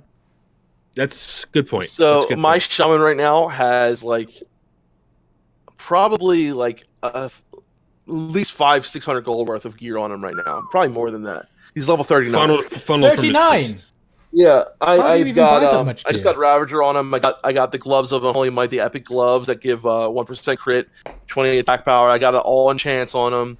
And you know, I went into a battleground today and was just I was telling Melderon I did a 1v4 as an enhancement shot. Yeah. So yeah, I mean, Yeah, it's, The stars it's, aligned that you win for your people. the stars aligned. I win furied. I one hit a priest. I one hit a warlock. I two hit a druid, and I about like 3 hit a warrior. So yeah. Okay, this is confirmed. I am rolling shaman on classic. Dude, the great thing is, the great thing about shamans is if you're not, if you feel you get bored of the Wind Fury thing every once in a while, you can go elemental and still just destroy people. And, Melt do face. Dude, Faces, yeah. Egregious Yeah. said the best thing, Melderon, and I was asking him. I was like, what advantages do you have as a shaman? Like, what is shaman's like niche, right? I was asking him, and he said, he calls it here. There's a slide on the presentation called the shaman advantage, smart healing, dude. They actually have smart healing, It's guys. only smart Chain healing. Heal has an Yeah. AI script that Yeah. really prevents overhealing Boys. and works only heal automatically. Vanilla. That's a smart heal. It's the only Except smart for heal in the Blessing of game. Sanctuary, Blessing of Sanctuary, but that's Well, not unless really. you're using those add-ons Well, yeah. that just does it for But you. it's also the only AOE heal that can go outside of party lines in vanilla. Absolutely. Oh, really? It can. Outside- Yep. Because prayer of Prayer healing prayer of healing is only prayer within healing is party. only free party. Well, Yep. Blessing of Sanctuary, but that's not a heal though. But it is kind of a heal in a sense, right? It prevents Yeah, damage consistently and every time. also the you could even say that the paladin's judgment of the light, because anyone who hits the target's getting killed, but it's True. a minuscule amount, very small amount. Paladins are so good, dude. Dude, I love and again, what is better than RPing as a paladin for the Alliance or a shaman of the Horde? Like right there is so cool. But one of the biggest things I love about Holy Paladins is I love this idea of putting a debuff on the target and people getting healing from it. I love that idea. I think it's so cool. I'll just not say anything. Melderon loves Paladins. I'll say what though. You know, I love will say shamans. I like the Vergen's Fist quest was a lot of fun. Yeah, it was Yeah, fun, that's a cool right? video. I do enjoy it. Do you know why though too? Okay, so paladins are amazing. Also, I think protection paladins are one of the coolest ways of AoEing and killing mobs. Like using your judgment of the light to get health back. Having those reckoning stacks. Laying down consecrate if you have consecrate. Using your shield, and just being able to fight like all these mobs and take a little bit of damage. And then if you want to get your mana back, use switch up your seals. I think it's so cool. Like the idea of farming as a prop paladin. The thing is, I love paladins and I love shamans, right? And I really, really, really want to play a paladin, but I am very, very horde, centric. And that's another thing we can talk about the RP. Like, do you feel more connected RP wise to horde or to the alliance? Good question. My thing is, I feel so much more connected to the horde, to the players, to the community. But when it comes to like the aesthetics and the cities and the quests and the zones of the alliance, I like the zones more. I like the cities more. I like the quests more. I love that, but I don't feel right when I play an alliance character and in a group of alliance. I don't feel connected to that part. I disagree. My opinion on this is that it takes a lot less imagination to play alliance than to play horde. Because it's just so classical Tolkienian fantasy, smashing your face for thousands of years, castles, knights, and I believe it's just too vanilla for me when it comes to immersion. That's my personal opinion. I think that horde offers a lot more to the imagination, personally. Yeah, and I love what Rain said. Like, I love my undead character. Like, I feel, and that's why I think I play horde, because when I logged into my undead the first time and I felt what it's like to be a Forsaken, like waking up for the first time, like feeling like you're not connected to society, almost being like feel like you have, and especially being a priest, like I have these good qualities, whatever, but then I have this dark side of shadow. Like the RP for me as a Forsaken priest, dude, it doesn't get better than that. And you're misunderstood, right? All these things like that for me was what I loved. But dude, I love the Alliance City. I love Stormwind. I love Ironforge. I love Paladin healing, and I love the quests, the zones, and all this. But man, when I play as a Forsaken priest, dude, like nothing's better than that. Well, I'm a massive nature boy. I'm moving country mostly because I just like how many trees there are in Norway, and I mean other reasons too, but that's the main one really. And so I identify very strongly with night elves and night elf druids especially, but I really want to play shaman. And so I also identify with Tauren for the same reason. So I'm going to be Tauren Shaman, even though I could probably do with that whole orc, no stun racial. That would be pretty good. Dude, War Stomp is amazing, though. War Stomp good. Especially when you play Elemental. I know we talked about this last night. We were talking about what our alts are going to be. And I'm going Orc Shaman for Classic. Tauren Warrior is going to be my alt, dude. War Stomp while tanking? Dude, it's so good. I think I'm going to go Tauren Shaman for my one of my alts. I love Orc for the stun resist, but I don't know. Like, if I'm playing, I talk about it all the time. If I play Enhancement, I'm going Orc. If I play Elemental, though, which I really want to play, I think when I get 60, I love being able to War Stomp Chain Lightning or War Stomp Heal Yourself, War Stomp, Ghost Wolf, and I love that playstyle for me. I don't know, but I have an Orc Shaman right now, and I love him so much. Well, Daniel in the chat just asked, what's the RP behind Undead Priests? And I think that's actually really interesting. So, obviously, Shadow Priests in Undead, that sort of makes sense. They're all evil and all of that. That's great. But Holy and Disciplined Priests, especially Disciplined Priests as Undead, is really interesting because it hurts them to use the holy light. It's like they have to persevere through the intense pain of having the holy light go through their undead body, and yet they're still so dedicated to the light. So they're the best priests in the game. They're the most devout. I think that's a really interesting RP thing, because if you're going to be casting holy light as an undead, you have to grit your teeth and white knuckle that scepter. See, the way I see it is like this: is people see you as a monster. They see you as this, disgusting thing, but you have such purity within you. You have such light within you. And it's like, people look at your outside and they judge you as this, but they don't know what's inside. Inside you have this holy light, this, devotion to the light and all these things. So it's like, I feel when I play as a priest, it's like I'm automatically being judged because of my outward appearance, and then they get my heals from me and they're like, holy shit, I love that aspect of it. Like from an RP perspective, lore perspective, does cannibalize the undead racial? What do you guys think, chat? Does that make sense? I fucking love it. Hell yeah. But okay, think about it though. Think about it. You're supposed to be like a human, right? You died, and then you were a scourge, right? And then they turned you back into like a humanoid, and you still remember your past life. You know, you're still civilized, right? You're not like a beast, right? You still remember your they don't your have old remorse life, though. Their emotions are very different. There's some quest you get in the Brill Tavern where it's like some old Forsaken lady who asks you, "Oh, can you fill me in on this guy's?" I forget exactly who. If you're a Forsaken, do you It's have like a your dream. same personality? Do you have your same personality? No, No, not at all. Not You at don't all. have you don't have human emotions. Like you're What? basically a psycho. It's almost. basically like a dream, like your life before feels like a dream. Yeah. Oh, it And, feels like a dream. Oh, yeah. Have you watched my Classic Wild Tales Tears Fall Glades Kargoz? I did. Yeah. Okay, Good. okay. That was a good one. That was a good one. But like, wait. So you have a?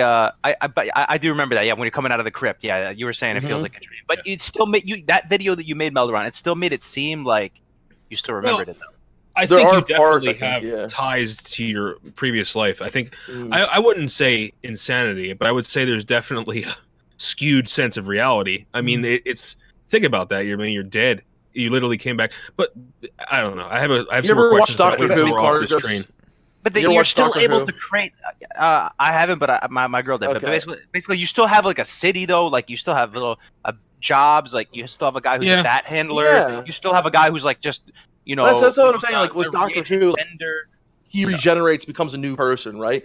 But what happened before in his life is still with him, but his personality is different. He's a whole new person in a way, right? So I feel it's the same way with the Forsaken. They have qualities that might shape them a certain way because of the past life. So say he was a butcher in his past life, he might be more inclined to be a butcher, again, but he's a completely different person, personality-wise, what his goals are in life, this and that and the other. Like, you might be at the core, the same person kind of, but your everything on the outward, and I would say even more than the outward, a lot of inward as well, changes. And especially Real with quick, how you're treated as an undead, I think. What really would make you changes cannibalize personality. a humanoid corpse? Okay, so if you, it's like this, it's You're almost hungry. like this kind of somewhat noble story. You're an undead guy, you get like reanimated, and it's a blur.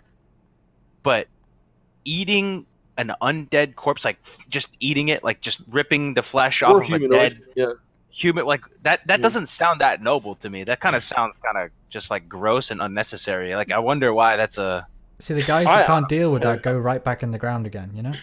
I wonder. exactly. I always wondered this: do the Forsaken actually need to consume flesh, food, any energy at all? Probably not, dude. Like thermodynamically, yes, but Thermodynamically, of course, yes. Yeah. But, I don't but think I'm I thinking feel like.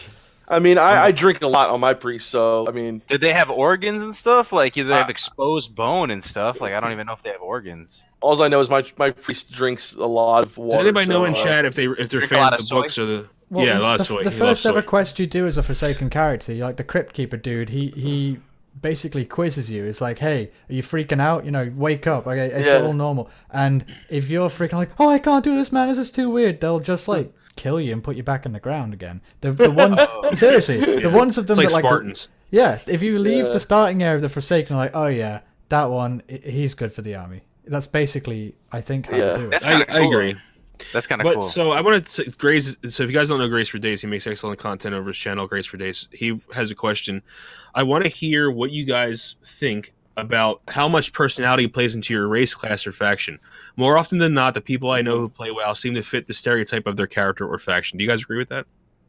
Yes, for me. Yes, For me- absolutely, yeah. Oh man, race definitely matters for me, man. I have to say, man, like, I don't know. I just love orcs so much. I think it looks so cool. Like, But and why? I don't. Why does it look cool to me? Yeah. Because they're kind of brolic. Like they have big traps. Like they Yeah, have they do. like this. Like they have like big teeth coming out. And like you watch Warcraft 3, they look really cool. They look cool in armor.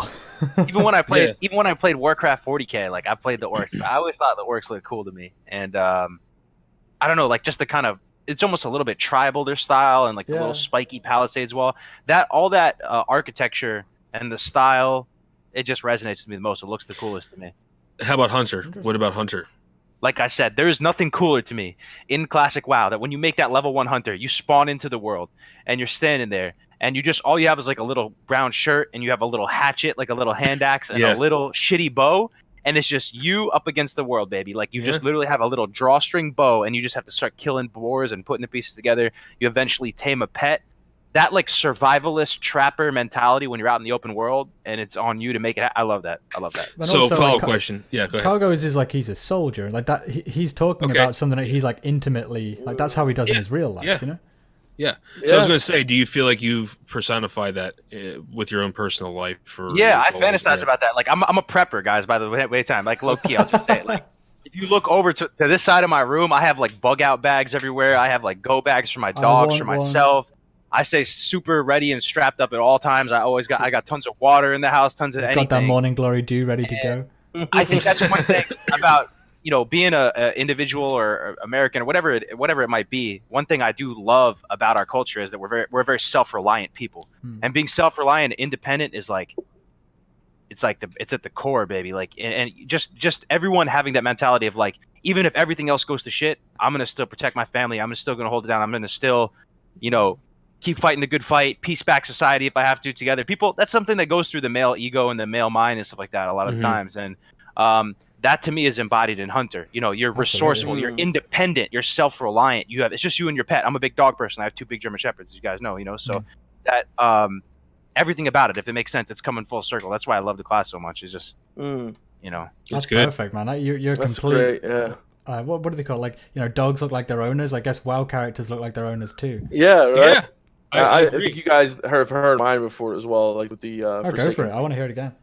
Okay, so I myself, so my biggest one, I love Tarn as well. I even like Dwarf a little bit, but for me, it's Forsaken, right?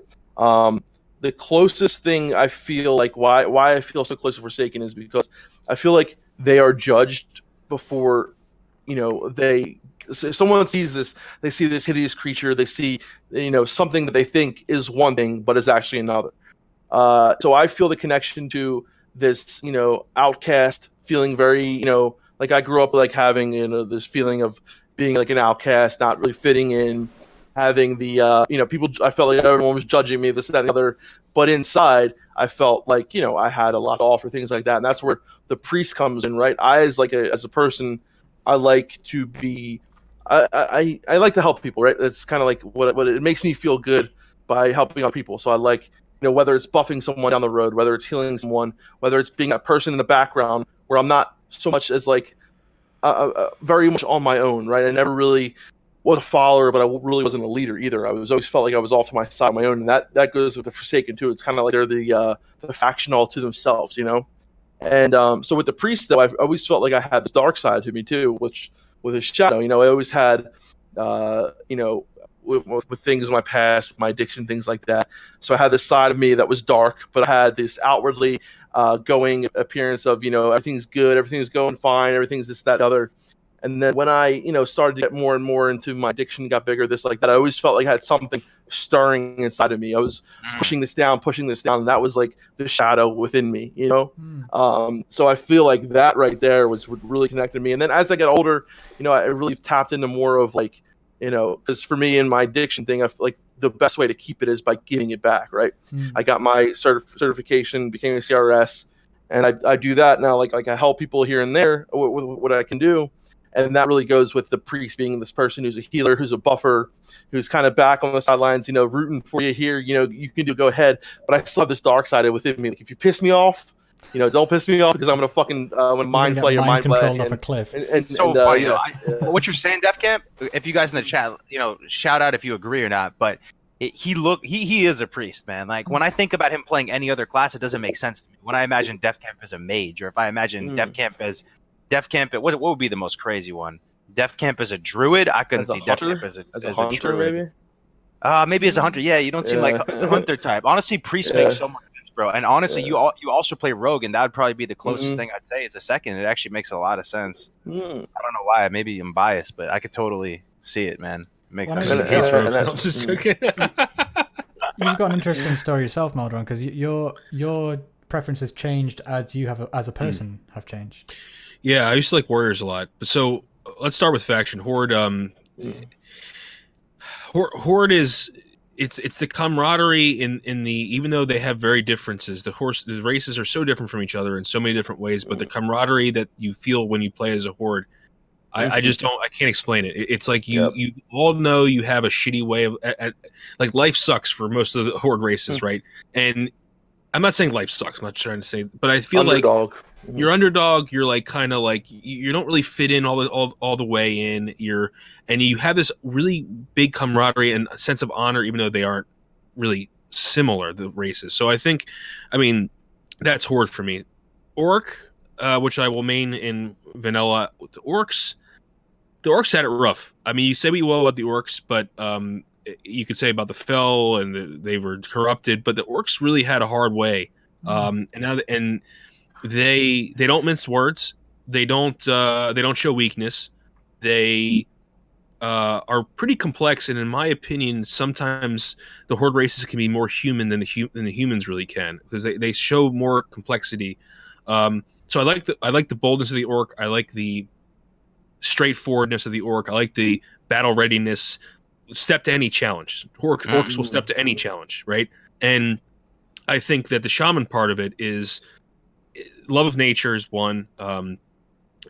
Using their knowledge of the natural world to heal their allies, to do damage, to use electricity, to tank, all the possible things that shaman can do is just so cool to me.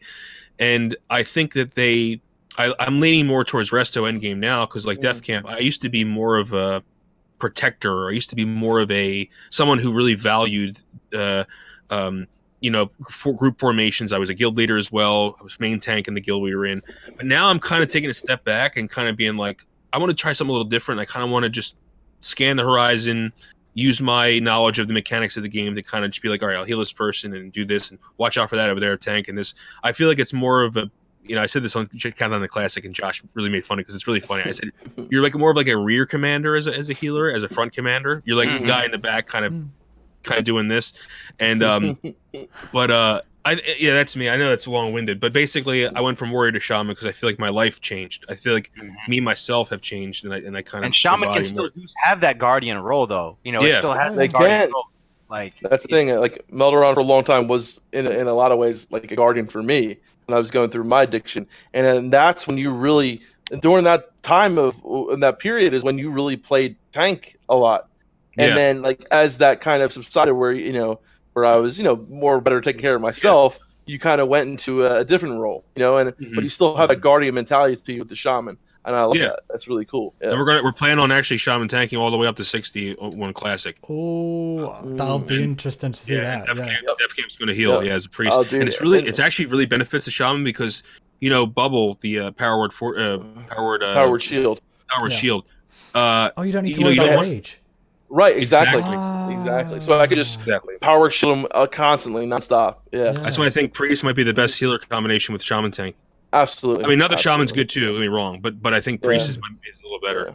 Yeah. That sounds interesting. Yeah. So for me on the class identity and for example faction identity, I've always been like a massive alcoholic. So I've never gotten really strong bonds with either one. I love both, and to be honest, it's made it really hard for me to choose what to roll in Classic. But I think I don't like the Alliance in Vanilla so much. I love the Night Elves and all of their stuff, and the Dwarves I think are cool too. But generally speaking, on the Alliance, you've got 3 flavors of human of different sizes, and then an elf. In terms of just the variety of models, they look a bit too samey. But I go into the whole personality side of things. I'm not a very competitive person. I don't, it's not that I don't like competition. I like winning, I suppose. I like doing well at things, but I'm quite agreeable, and I don't like conflict very much. I just like people to be happy, and I like to be friends with people, and so I don't like the idea of competing on DPS meters or anything like that. And also, I've never really been particularly experienced in actually raiding or doing anything like that. So the idea of tanking, I don't know if I'm ready for that, or I prefer more a supportive role. I guess you could say if there was a bard character, I'd be that. But that's why I'm going towards a shaman or the druid, because I like helping others. For example, I like buffing people. So all the different totems, I can help people with exactly tailor it to what they need at that time. That sounds great for me. And the Tauren, they're lovers of nature. And to be honest, I grew up in quite a well, the Industrial Revolution started where I am right now, and so there's not that much open woodland. Well, in fact, England doesn't have any wild forests. Like there is none of that here. And so, Really? Wow. Oh yeah, no, it's They've all been cut down. Yeah. yeah.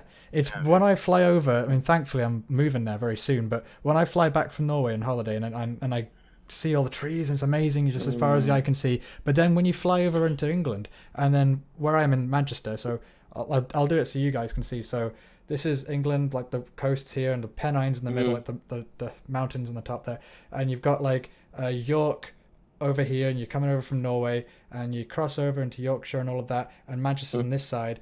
You're flying, and you see, oh, it's bald. There are no trees. Yeah. Anywhere. Wow. There's just like green fields and sheep on them because the sheep eat everything. And It's like Westfall. Yeah, it's very much like Westfall or it's like it's Elwyn Forest if it was allowed to grow. But it's not, so there aren't trees, basically. I mean, there's a few, but nothing like a forest. And so English is Tirisfal Glades IRL, Ironwall says in the chat. Don't blackpill me, dude, seriously. I don't need any more of it. But so I think I've like escaped into Warcraft to try and Get away from capture. it, To try and. Oh, I know, I have as well. And so when I actually went to Norway, the first one was like, oh my god, it's real. Like Ashenvale's a real place. So that's why I associate myself with like the Tauren and the Night Elves, because I like all the nature stuff. That's why I play the game in a way. One thing I wanted to... Did I miss it? Did he say what class he like identifies with? Shaman, because I like supporting others, and I'm not very competitive. I like helping others succeed and stuff. Yeah. So one thing I just saw in chat that I think we should talk about a little bit is just real quick before, I don't know, Ithilian, he said, what are the stereotypes for Alliance/Horde players? Are there any truth to them? Personally, I feel like Horde players are more outgoing. I feel like a good stereotype is Alliance. What I used to hear a lot is, oh, they're all kids, you know what I mean? They're all younger people, and they're all... There's an element of truth to that. There's a little bit of weight to that. Yeah. You think? I think so. I don't know.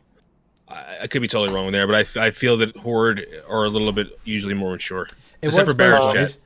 Also, if you factor in, one of the biggest nuggets you hear thrown around is people say Alliance are stronger in vanilla. I don't fully subscribe to that. In PvE, I think they have a little bit more benefits. A little bit of an edge. People throw that out, though, right? Yeah. That's all. In PvP, Horde have Horde way players upper are better. hand. Yeah. That will factor into a little bit of the culture of the factions, right? If people are going with the most OP possible, a little tiny part of choosing Horde, or a percentage of the Horde, will be players who potentially consciously went into it saying, you know what, even if Alliance is potentially even better, I'm still going to go Horde, man. You know, so. But that's only in the aspect of PvE. In PvP, Horde has the upper hand. Maybe. No, I mean that's. Oh, come on! I still hear it's Alliance, man. I mean the racials are less of an impact though. In World PvP, sure, potentially, but the thing is, having the hard resets of Paladins, you could basically in PvP it comes down to this: Alliance has a much more defensive and easier to execute playstyle. Horde is very aggressive. You need to be aggressive. You need to itemize differently to play towards your aggression, and it's the type of thing where the aggression is either it works or it's a bust, and Alliance will have an edge. That's what I hear. Again, I'm not some seasoned PvPer, but that's something I hear over and over and over again. Yeah, I just think Will Forsaken and Sunris alone. What's that, Phil? Hardiness. Hardiness, Hardiness as well. But Stun Resist and the Will of Forsaken, both of them, I think you really can't. I mean, look at the fact of how many people really. A lot of people on Warlocks and in the Alliance. So many of them are worried about. Oh my God, so many people are going to be either resistant or be able to get out of my fears a lot of the time, and then the Stun Resist a lot. I think it even alters the playstyle of some rogues. They won't either go after a shaman or whatever because oh my God, he's going to stun me. Let me go on this guy first. I think you can. I'm not saying they're huge, right? Like the either for PvE or for PvP on the Alliance, but I will say I think Horde has a slight upper hand in PvP. Alliance has a slight upper hand in PvE on a whole. When we look at a whole, yeah, it is slight because we're forgetting about the impact of Wind Fury Totem. Wind Fury Totem is so impactful in Horde raids. I mean, but you'll also look at all the Paladin blessing. I mean, look at God, can't think of my blessings right now. But Freedom. Salvation. Right there. Salvation allows for the fact that, like, at high end, when you get higher, when warlocks are doing insane damage, you're allowed to do more damage a lot of the time. So when I feel like the melee and horde really get Salvation more of the upper hand. Salvation is a 70% threat reduction. It's huge. It's huge. And Grace of Air is only 80%. Yeah. And it's only and Grace of Sorry, Air I is mean party 30% and then 20% for Shaman. And it's only party wide, right? And the thing is, like, I feel like melee can get more of an upper hand when it comes to horde because of Wind Fury, especially rogues, warriors, that kind of thing. But having salvation just allows, and fear ward allows for so many. The horde has to be a little bit more precise. You have to plan things a little bit more. Warriors gotta know when they're gonna pop in, use their anti-fear cooldowns, things like that. When the alliance is a little bit more like, okay, we can just kind of cheese through this, cheese through that, because these people have fear ward, we have salvation, we don't have to worry about threat as much, things like that. It takes a little bit more planning for the horde for certain bosses that have those issues. Yeah. Also, with the whole kids thing in the factions, I think it is true that more kids play Alliance, but also more kids play Forsaken too. The angsty teen types. I've noticed that. But sorry, carry on, Kargoz. What are you saying? Oh, I was going to say, as a potential interesting talking point would be, now I know what your spirit classes and races are. Melderon is an Orc Shaman, right? Orc Shaman. Mm-hmm. Defcamp, Forsaken Priest. Chimley is Tauren Shaman? Tauren Shaman or Night Elf Druid. Night Elf Druid. Okay, so you like Tauren a little bit more. All right, so out of those classes, we have 3 talent trees, right? And which talent tree resonates with you the most? Like, because they're different playstyles, right? Shaman can do multiple things. Priest can do multiple things. I think Discipline is different from Holy in some senses. Hunter has some differences as well across the 3 trees, which I can extrapolate on. But what do you guys think? Wow.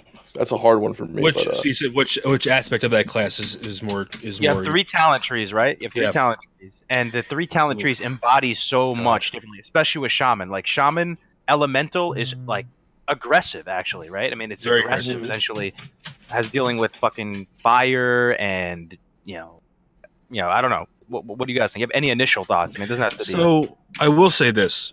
If Shaman tanking was raid optimal or raid viable, I would Shaman tank 100%. I would forget everything else. Wow. But since it's not, since you're pretty much you're going to be 5-mans at best, I would probably go Resto because I feel that Chain Heal is just such an amazing experience. Don't factor in balance. Don't factor in balance. No balance. What do you identify with the most? Yeah. No, don't worry about balance. Just what the talent trees represent. Sorry, can you guys hear me? Did I lag out? Yeah, fine. Yeah, for a second there. Yeah, but what do you identify with? Yeah. Don't worry about balance. Oh, identify the most? Yes. Yeah. I think I'd go with Elemental. I really enjoy the Elemental PvP style. Yeah. I really enjoy it. As well. But we're not factoring in. I friggin' love blowing people up with lightning bolts. But we're not factoring in actual gameplay here. I'm actually more interested on.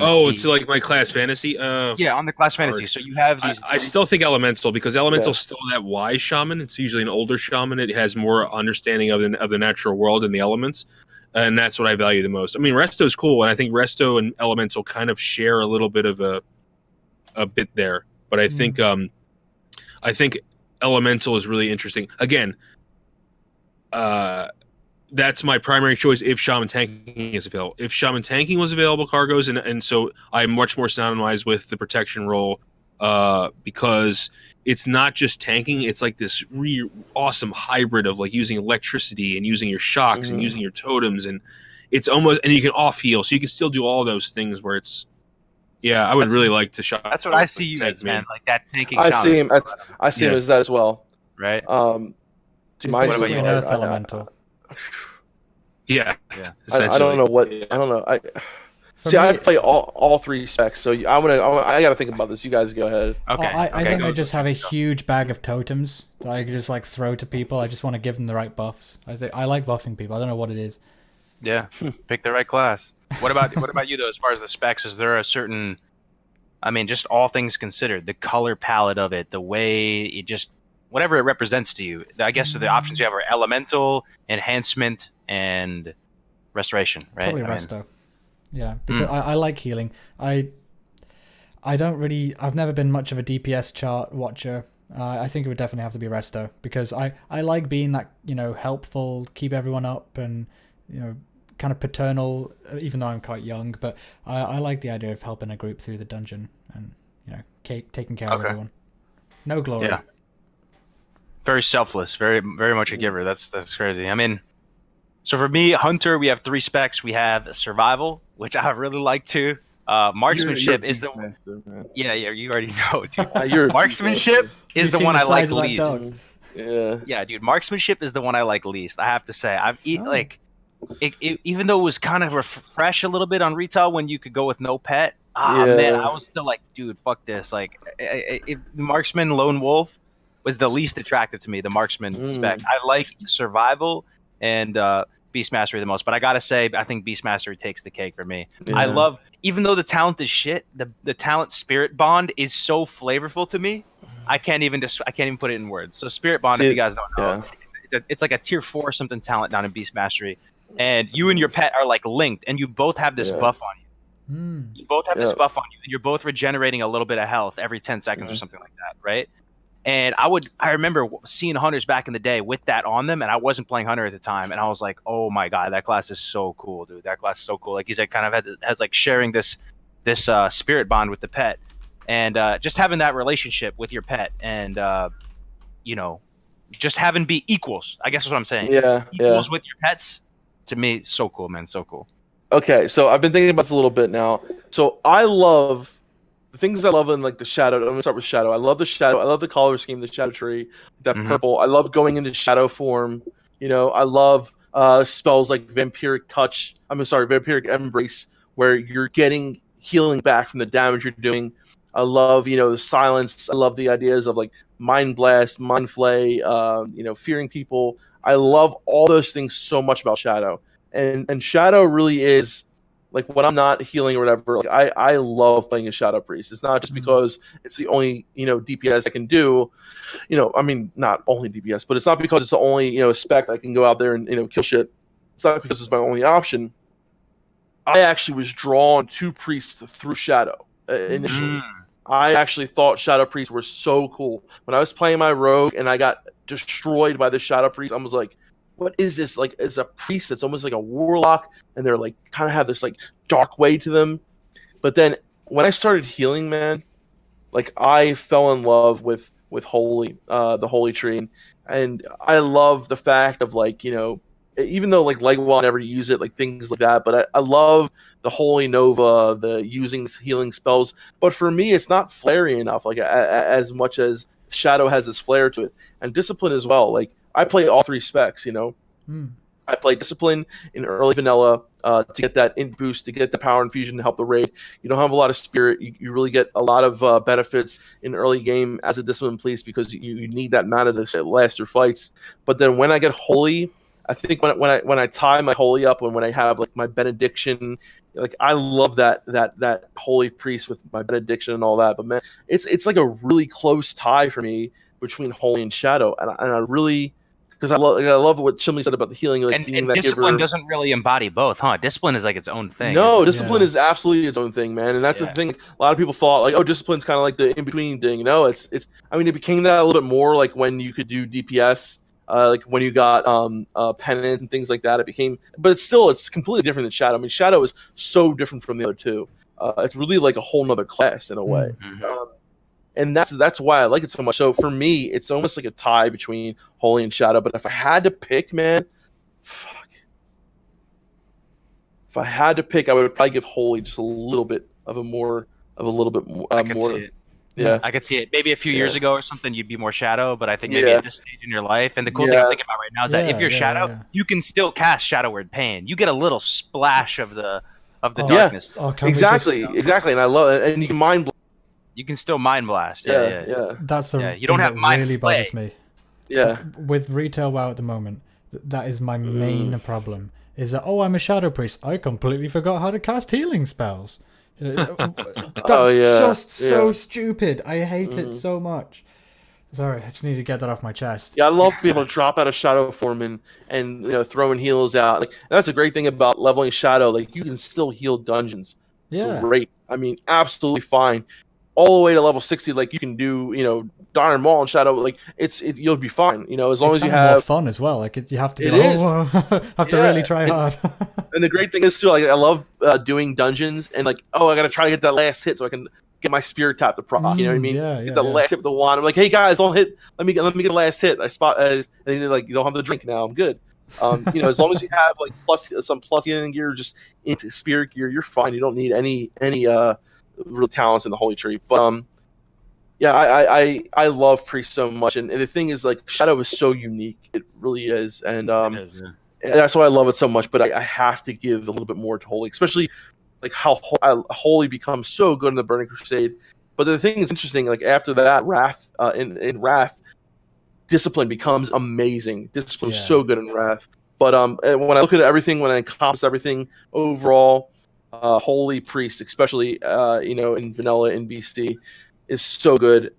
Old holy. If you guys didn't play old holy priest, I know back in like Kata they got that shocker shit and it just became like crap after that. Until like later, but back in the day, like holy priests were just the embodiment of healers. So holy forsaken priest, Melderon is kind of on the fence. I guess enhancement elemental, both. I guess he's Ellie, right? Yeah, Ellie. Ellie, tank shaman though, right? Guardian shaman. Yeah, I mean, if I had my choice, it'd be tank all the way. But don't worry about balance though. I mean, just like, would you identify as an enhancement? Oh, then yeah, absolutely. Okay. So not enhancement two hand or enhancement shield in one hand. Yeah. The only thing about enhancement, does enhancement have that kind of guardian wisdom to it? Because I do think you have that, but for sure, maybe it's elemental enhancement or something. Maybe he's like a hybrid. He's like a hybrid then. Yeah. Well, you do dip in the resto for tanking. Well, depending on your tank build, so you dip into either elemental or resto, so you get that kind of ancient kind of knowledge from those. Okay, gotcha. Yeah. And Chimley is restoration, shaman, Tauren shaman, right? Not druid, resto druid too. I like resto in general. Okay. Gotcha, I like resto. And I was keeping my eye on that straw poll, so I think the results have calmed down somewhat. I'm just going to post it in the chat again for anyone who hasn't yet filled it in. But the results as they are now, 52% of people are going PvP, 33% are PvP. So hi Eon, change it please. PvE is 12% and RP is 3% with 1 vote. Wow, that is amazing. Yeah. Oh, there you go, right there, guys. Thank you. I mean, that's great. That's what we wanted to know. And this research was carried out by a guy with a PhD, so it's completely legitimate. Yeah, exactly. It's legitimate science. Yeah. Don't even think about the sample size. It's irrelevant. Unfortunately, Ion, whatever it is, how you pronounce your name. I'm guessing he's Greek. Ion, yeah. His last name is definitely Greek. Yeah, it's Greek, yeah. But unfortunately, we got to get going. Yeah, but I wanted to say, guys, tonight I will be streaming. I'm going to have dinner. So probably in about an hour and a half, 2 hours, I'll be streaming around like 6:30, probably 6:30 p.m. Eastern time. So if you guys want to hang out with me over there, I'll be streaming on YouTube and Twitch. Awesome. Oh yeah. Be sure to sub it up to Chimley, guys. Chimley's a good guy, very good guy. Absolutely. If you're here just because of us or Kargoz, please sub to Chimley. Yeah, a link to everyone else is in the description as well, by the way, guys. And if you like my stuff on this channel, there's more interviews. Oh shit! Nearly broke my computer. There's more interviews. I've got more coming up with people in the next few weeks. But my main thing is exploring the music and stories of WoW. But just look at Scorecraft. So good. I don't know how to describe it really, but you might like it. It's the best content on YouTube. It literally is. Like Chimley, like when I watch his stuff, I don't even think it's like, this is some of the best content for WoW. No, it is some of the best YouTube content I've ever seen. This guy knows so much about music. It's like hearing the music again that you've heard for 15, 14 years for the first time and understanding what the developers were thinking when they created this music. He really takes you for a journey and makes you look at the music in a whole new way. I feel smarter after watching his videos. Oh my God, absolutely. I feel enlightened. Thanks, dude. I really appreciate it. I also appreciate the massive grin on Melderon's face when he got that burger delivered to him. That warmed my soul, man. Yummy. All right. Oh, it's a big pretzel. It's been a pleasure, boys. It's been a pleasure. Yeah, absolutely. Love you, boys. As always. See you guys again. You guys. I'll see you on your stream, Defcamp. Peace out, guys. Yeah. I'll be later. 6:30, guys. Stay tuned, everyone. Bye-bye. Philly pretzel. Nice.